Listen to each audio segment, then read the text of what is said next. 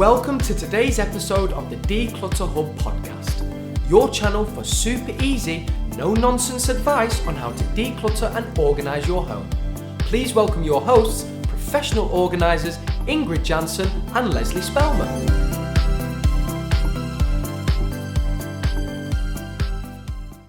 Hello and welcome listeners to episode 69 of the Declutter Hub podcast. I'm Lesley. Within the Declutter Hub, Ingrid and I aim to help and inspire people trying to get through the overwhelm of a cluttered home. We have podcasts, guest blogs, checklists and free challenges, and we also have an exclusive members area where we guide people step by step through each area of your home with courses, live Q&A sessions, challenges, quick wins and our community chat. In today's episode, I'm talking to Helen Rebello.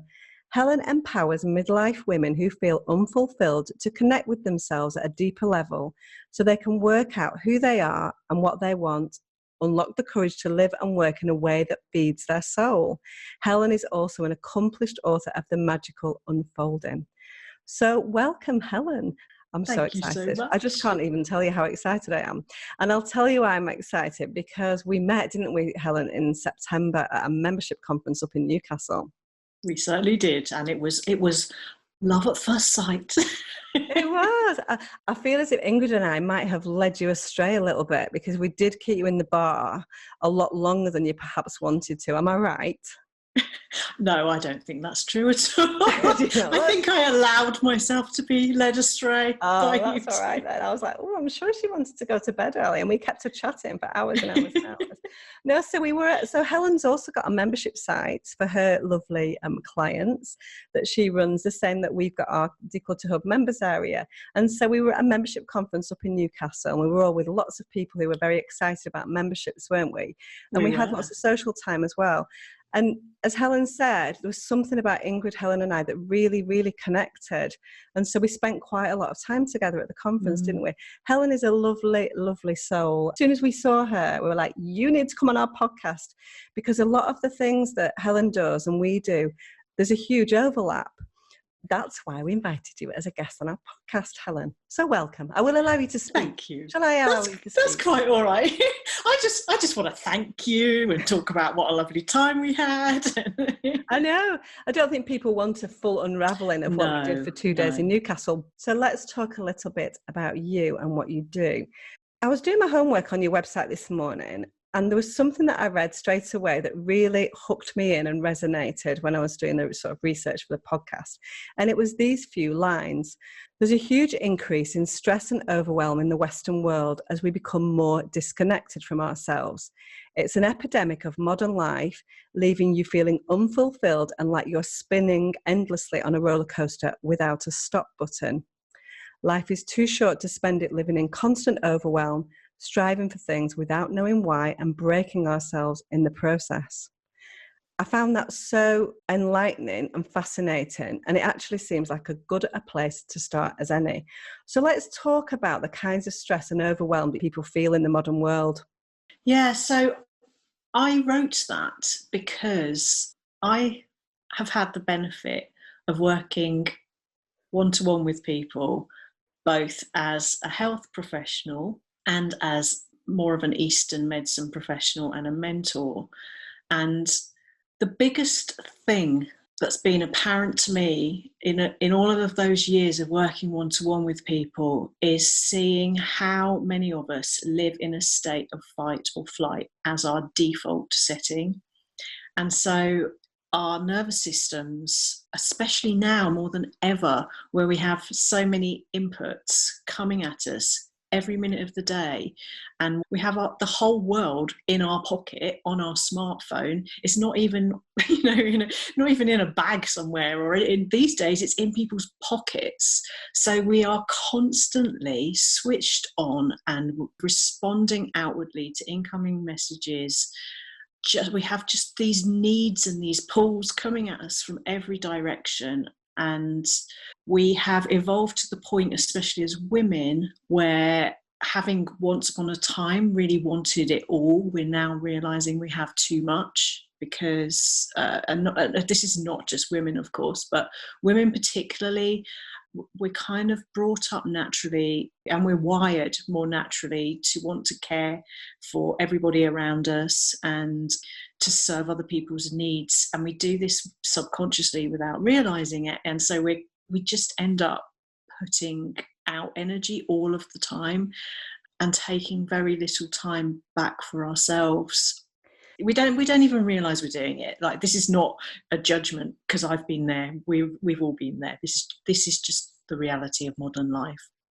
Yeah, I think it's an interesting one that you talk about it in particular with women, Helen. And this isn't a generalization, I guess, but it's certainly my experience, which is I feel as if women, trying to explain something, that women tend to bear the burden of responsibility for the home. So that doesn't mean to say that the chores and things that need to be done around the home are not split equally between two partners. Mm-hmm. But women tend to do the feeling, tend to do the worrying. And you can see that we're running a challenge at the moment. And literally, I don't think we've got a single man in our challenge that we're running. And so it's definitely women that are connecting with the fact that they've got cluttered homes and are feeling that overwhelm. So you're absolutely right. There's something in the way that we are wired then, perhaps as women. And of course, there are women that are not wired in that way, and there are men that are wired in that way. So who do you actually work with, Helen? So why does somebody come to you? So generally speaking, I tend to work mostly with midlife women, and I would say 90% of them are in a profession where they're caring for people in some way. So historically, I've worked a lot with women from the service sectors, radiographers, teachers, police, doctors, nurses. And then as I've started moving more into doing mentoring, because I can be online now as well, I've started working a lot with coaches and creatives and people like me, I suppose, really, they've just reached that point in their life where, when you just wake up one day, I'm sure we've all had moments like this where you feel like, I don't know, it's almost like you're living Groundhog Day every day, and you just get to that point when you think, is this all there is? Is this what life's about? And I think maybe there's something about midlife that gets people to ask these questions, because I talk about midlife being a moment almost of awakening. People talk about a midlife crisis. I don't think it is a crisis. I think it's an awakening. I think it's an opportunity. It's like a signal from the universe to go, there's this thing you're not thinking about, which is time. And yes, it is a real thing. And and maybe you might want to think about how you're using your time and consider whether maybe you might want to start using your time differently sometimes. It's like this opportunity to ask yourself whether you want to carry on the way you are, whether that's really meeting your needs, or whether you might want to tweak and change things. I always have spoken many times really about the fact that I think people go through different cycles in different decades of their lives. Your 20s is definitely a period of growth. And then for many people in the 30s, that's when life really takes off. For many people also, that's when they're having families, getting homes, building homes, that kind of thing. And the 40s is kind of status quo a little bit. Yeah. And then in your 50s, where is probably the time that you're talking about, midlife, I guess. Is that what you're talking about? 50s, Helen? Where people... Well, it's debatable. I think it's a fluid thing. Yeah, a fluid thing. Where perhaps people have then got the time to think and reflect, because other things are not getting to the end, because it never gets to the end, but certainly things have calm down a little bit in those big pulls on time that we get in our 20s and 30s, where we're still building ourselves up almost. And I suppose we have so many aspirations in our 20s and 30s, and perhaps, is it something like that? Am I getting this right? Yeah, I think that's perfectly said. Yeah, it correlates with people who are either childless for some reason, and they've definitely waved that opportunity goodbye, and so then they're waking up and going, okay, well, how do I fill this space in my life that I wasn't expecting to have? Or some people are empty nesters, or I don't know, they've got to a certain point in their careers and they just think, oh, I'm kind of over this now. I think you're right. Space is a really important thing, because you can't really stop and ask yourself these kinds of questions when you're constantly busy and you are on this treadmill of life. So it's when something stops Yeah, definitely. I hope that you're happy to share, Helen, because you shared it with us at the conference, that you are childless yourself, and that's not something Mm, that's by desire. And yeah. so is that something that you'd be happy to share with us? Yeah, definitely. It was something I didn't talk about for years, and I shared it in my book. And I don't know, it's like that set me free to talk about it more. And maybe I'm just so far from on the other side of it now that it doesn't have that same emotional pull that it used to. But yeah, I'm childless by circumstance, and so it's interesting because I've worked a lot in the fields of gynae and fertility, both as a Western medicine person and an Eastern medicine person, and then it's kind of weird that I ended up working in a field that then became quite contentious for me. So basically I won't go into it in huge detail, but I was able to get pregnant but not able to stay pregnant. And I felt like quite a failure as a result, because I was working as a shiatsu practitioner, and that was my first foray into this work. So I knew all about the energetics and the nutrition and the movement and all the things that I ought to be doing. And I was doing them. And yet I still couldn't do this one thing every other woman in the planet seemed to be able to do, which is not true, but it's how it felt at the time. And so it forced me years later, when I finally had to accept that this path was over, which happened because I had a hysterectomy. So, there's no better final point than that. But that brought me face to face with all of these questions about, like, what was my worth as a woman if I couldn't do this thing that came naturally to so many other women. It gave me this reason to question purpose. Why am I here? What's it all about? Those kind of bigger questions that maybe women get to naturally anyway, whether they have children or not, and maybe being in that position of being childless by circumstance brought those questions to me sooner. I don't know. I think what's But always interesting to me when people don't have children, it's something that people also find very difficult to discuss with someone. So where other problems that people have and go through with life, people are open to asking, how are you feeling? Whereas I think it becomes almost like an unspoken thing, doesn't it, when someone's childless, particularly if someone hasn't shared the details of how that's come about, yeah, because you don't know whether somebody has chosen that, whether they are struggling to get pregnant, struggling to stay pregnant. There's so many ways, and it's almost like a taboo subject that you don't want to raise. Is that your experience of it, Helen? Because I think it's always a very difficult one to raise, and something that just yeah. is left unspoken. And so the natural mechanisms that we've got for dealing with problems that we've got in our lives are kind of taken away from us because people are almost scared to raise it with the person.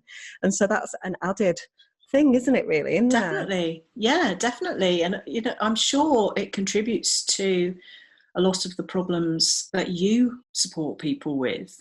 It's interesting because, and that's why when we met you and you talk about unfulfilled people and people's obsession with things and trying to be fulfilled through stuff. And I suppose that's where we were coming from when we spoke at the conference, was we see lots of things that have happened in people's lives. And for many people, that can be a whole catalogue of things. It's not just one trigger point. Childlessness can be one, loss, and effectively childlessness is, I'm sure, felt like a loss. It can be people who have had nothing as children or grown up with nothing, and so all of a sudden they have the ability to buy, and so they then buy to excess because they couldn't as a child. So there are so many quite deep psychologies which bring people to a point where they have too many things, and then it takes a while, and that's another reason why in midlife it sort of almost takes that long for a lot of people for it to become critical in terms of, I can't live with this amount of stuff anymore. It's come to a critical breaking point which needs to be resolved, because it does take a while to collect and acquire this stuff. And normally it is when people are in the 40s and 50s that all of a sudden it gets to that breaking point. So I guess we're looking at it in two different ways. You're talking about people feeling unfulfilled and looking for more. And I'm talking about people feeling unfulfilled and looking for less stuff. But again, it might be less stuff, but it might be more experiences. I did a talk this week and I was talking to the people about that I definitely see a movement towards experiences, not stuff. Even in the way that people, you know, back in Christmas were buying gifts and things like that, people were very much, well, I don't want to buy stuff anymore. I want to buy, because we've become completely overwhelmed and consumed with stuff. Definitely. Do you know what I mean? And that's, again, that's all about this clash of, in the 20th century, back in the sort of 50s and 60s, people didn't have that much stuff and it was very expensive. And then all of a sudden it became more affordable. And so then people could, so they did, you know, in the same way with convenience food. You know, people used to cook from scratch, which we've now, there's gone full circle, haven't we, through that kind of convenience food at the end of the 20th century. And now we're back on wanting to cook from scratch again, like we did in the 60s and 70s. So we've talked, Helen, a little bit about the way that people are now in the 21st century and the problems that people are seeing. And then people are coming to you then for solutions. Now, I'm not saying that I've got this charmed life, but I feel in general that I'm reasonably together. I do feel as if I've got a lovely life, lovely family, and do nice things. My balance can be a little bit off sometimes in work-life balance. But other than that, I don't tend to look too deeply at my own emotions and habits and what's gone before almost. And I know that's what your work is. And so can you explain a little bit about your work and how you actually go about delving into someone's emotions and doing what I think you call the deep dive? Yeah, I do call it the deep dive, although I like to take people in what I call round the back door, so they don't quite know how deep we're going to go, because it does freak people out a bit, but we do it in a really gentle, step-by-step fashion. I don't think we feel necessarily drawn to deep dive into our own stuff and ponder our own stuff when everything is going really smoothly and really well. And certainly when my life has been really tickety-boo, you know, and everything's going really, really well, it hasn't been something I've been particularly drawn to do. But at the same time, I think some of us, actually maybe the majority of us, certainly the majority of people I've worked with over the years, and me included at one point, which is what got me into the NHS, we can follow a well-trodden pathway without necessarily stopping to ask ourselves if that is the pathway we want to tread. So we can do that whole thing of Western, this is a very first world problem, but Western world ticking off the accolades list, you know, the tick list of life. We can tick all these things off and do the degree or get the training or whatever, get the career, meet our partner, buy the house, get the mortgage, have the 2.4 kids or whatever it might be, all of which is completely fine if that rocks your boat, of course. But for many people, they don't necessarily stop to ask themselves why they're doing it. And again, they can get to this point where they are literally thinking, what's this all about then? You know, am I just meant to do this until I reach the golden land of retirement where everything will be marvellous, and that's when I get to chill out and have more rest time and get better balance and do stuff for myself? So it's always a kind of tomorrow scenario. Exactly, yeah. Do you and think tomorrow never comes. So do you think that often the people that you're working with that are unfulfilled that come to you for that very reason, searching for something different, have had a kind of trigger point, have had some kind of problem that's happened that's made them rethink things? Yeah, I would say so. And that can be any number of things, and it can be a slow drip feed trigger point as well. I think people often take a long time to face up to the fact that they're not happy because they feel like they're a failure. And so I have this whole process that I created over years and years of working one-to-one and realizing people went through a similar journey. And I kind of did the same myself, even though I didn't realize it till later on, to extract myself from the NHS. So I created a process from that called the magical process. And it's basically 8 steps. They're not as linear as they might sound, but they follow more or less the same pattern. So I start by helping people to get out of their heads and into their hearts more. From that point, they can stop feeling guilty, stop beating themselves up, start re-establishing a sense of self-worth, because often they feel like a failure, or they feel really guilty, or they feel guilty for wanting more and not being happy. But until you've established that self-worth, you won't necessarily do the work that's required to take the next steps, because you'll keep kind of getting in your own way or procrastinating or whatever. And I help people do things like make peace with their past. I teach them all about how every aspect of our life has an energetic weighting to it almost. So whether that's the thoughts that you're thinking, the activities that you're doing, the surroundings you have, which is where your work comes in. If you can imagine that every single day we wake up with a porridge pot of energy to use as we choose, and the activities, the emotions, the thoughts, the interactions, the choices you make through your day all take something from that energy pot, and then it will get used up at different rates depending on what you're doing each day. If you kind of start to think about what you're doing in life in that way, it helps you make more discerning choices about how you're using your precious porridge pot of energy each day. Oh, Helen, I absolutely love that. I just think it's so powerful, really, to think of it in that way. And of course, we talk about all of the things that you've just mentioned are things that we talk about within our work. So we talk about when someone walks through the door to clutter in their hallway, that your heart sinks straight away. So the energy is sapped as soon as you walk through the door. We talk about doing things that are going to bring positive energy, like going for a run, singing, going for a walk, seeing friends, going for a coffee. So don't reward yourself when you've done some decluttering with more stuff, and actually go out and do something positive. Giving yourself permission to say no to people, to sort of declutter commitments then out of your calendar as well, to give yourself more time. And we do talk a lot about guilt as well. And guilt is such a debilitating emotion, really, with clutter. And so all of the things that you mentioned, even though you're probably working, certainly it's the same, exactly the same. Ingrid and I are much more, we are very pragmatic. We definitely understand and appreciate the emotional side of clutter, very much so, in fact, but probably don't go so deep on that as you do. And so you're going much deeper with your clients in that. And I think it's so powerful, though. And I think that whole porridge pot is just something that if people can cling on to that and think about that every day when they're actually doing something, the energy that you're giving, even with a phone call that you know is a negative phone call, or some kind of interaction that you're dreading. But sometimes if you have got an interaction with somebody that you're dreading, sometimes it makes you feel better once you've done it, or Yes. You know what I mean? So it's really an interesting one. And I think that's what we spoke about at the conference, wasn't it? The porridge pot sort of technique. That's not a technique, but the sort of analogy that you use. Yes. And yeah. I think that's what really resonated. I'm like, there's so many overlaps in the work that you're doing and the work that we're doing.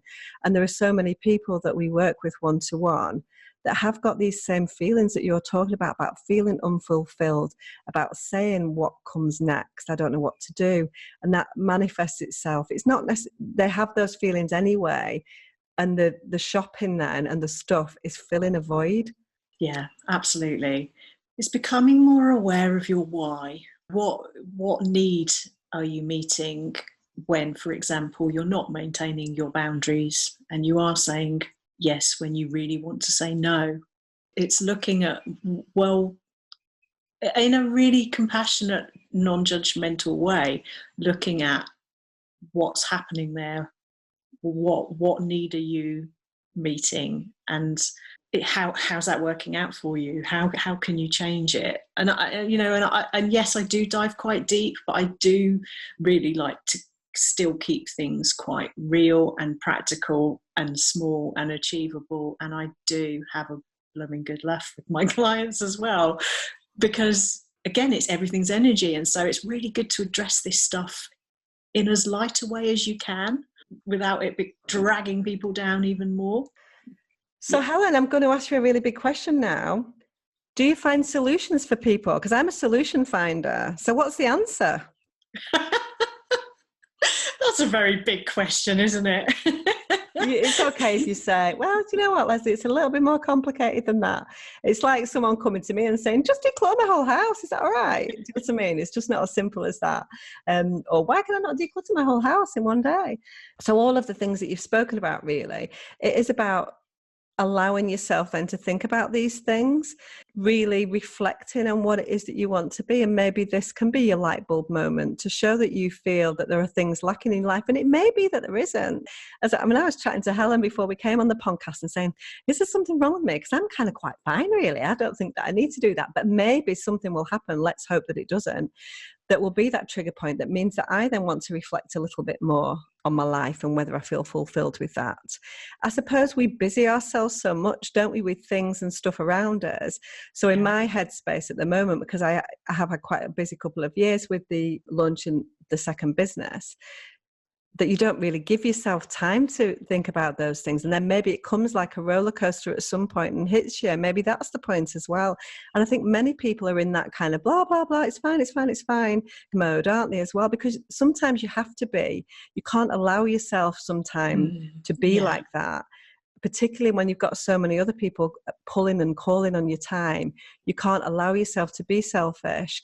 And I suppose, and it's not, and you would say that it's not selfish, but a lot of people would probably say that they feel as if it is, to give yourself that amount of time and energy. And so, we could talk for hours, Helen, couldn't we, about this? Because it resonates so much with the type of client that we work with, and all of the things that we've all got in our head about clutter and stuff and feeling unfulfilled and overwhelmed and all of those things. So I hope that it's been really useful to our listeners, because I'm pretty sure that a lot of them it'll really, really resonate with. So Helen, is there anything else that you'd want to share with our listeners? Why don't you tell them about your book that you've got? Thank you. Yeah, so well, firstly, I would really, really like to say something that I think is really important for us all to be reminded of, and that is that we are not broken, we don't need fixing, and we are enough already exactly as we are. And that's the core tenet behind everything I do. So no matter what this might have ignited in you, or whether it's brought something up for you, or whether anything you and Ingrid do kind of triggers stuff in people, it doesn't say anything about their worth as human beings. And I think it's really important just to remind us all of that. So that's the first thing I'd like to say. You are enough already, no matter what you're feeling or how your life looks. You're kind of almost making me cry here. Bless you. It's quite powerful stuff though, isn't it? I think a lot of us don't allow those kind of thoughts into our head. And, it's great to hear it. And you're absolutely right. You need to remind yourself of that from time to time. As far as I'm concerned, if you've made it through to be born, which is quite a feat in itself, you've earned your right, you've earned your place, and you deserve to live it in a way that feeds your soul. And that's what I believe. I just think life is too short to spend it chasing other people's ideas of a perfect life, or spend it, kind of totally overwhelmed. So I wrote my book because I wanted to share that message more widely. I'm really passionate about us not living in a way that compresses who we are, because I just think life is too precious. And so if this speaks to you on any level, please do gift yourself a copy of The Magical Unfolding. You can get it at Amazon. It's on my website as well. I'm not here to sell loads of books, but I know that this book is impactful because I get messages every day from people, and it's basically my heart on a plate. It's a message from my heart to everybody else's. And if it impacts one person, then I'm happy. You see, this is the thing now. This is where you don't, because we spoke about it in September. I was like, that's a book that I want to read. And then time just ticks on. And now 3 or 4 months later, I've still not read it. I'm like, I need to read that. And so I need to allow myself time, because there's really important messages in there, Helen. And it's just not coming to the top of my agenda, and it needs to. And so I, for one, am going to buy your book, Helen, and I will very much enjoy it, I'm sure. So I'm really sorry to say today's podcast is coming to a close. So listeners, I hope you've learned a lot today, and Helen's insight have been helpful for you. How amazing is she? If you'd like to know more about Helen, her work and her book that she just mentioned, The Magical Unfolding, we'll post a link in the show notes along with her website details. Her website is helenrebello.com. So thanks so much for taking the time to listen today. If you'd like to get more tips and advice, please follow us on social media. We're on Instagram, Twitter and Facebook as Declutter Hub. and have a lively, supportive Facebook group where we chat all things clutter. You can search for the Declutter Hub community, and we would absolutely love to see you there. Don't forget our members area too. We offer step-by-step online courses, live Q&A sessions, and a lively community.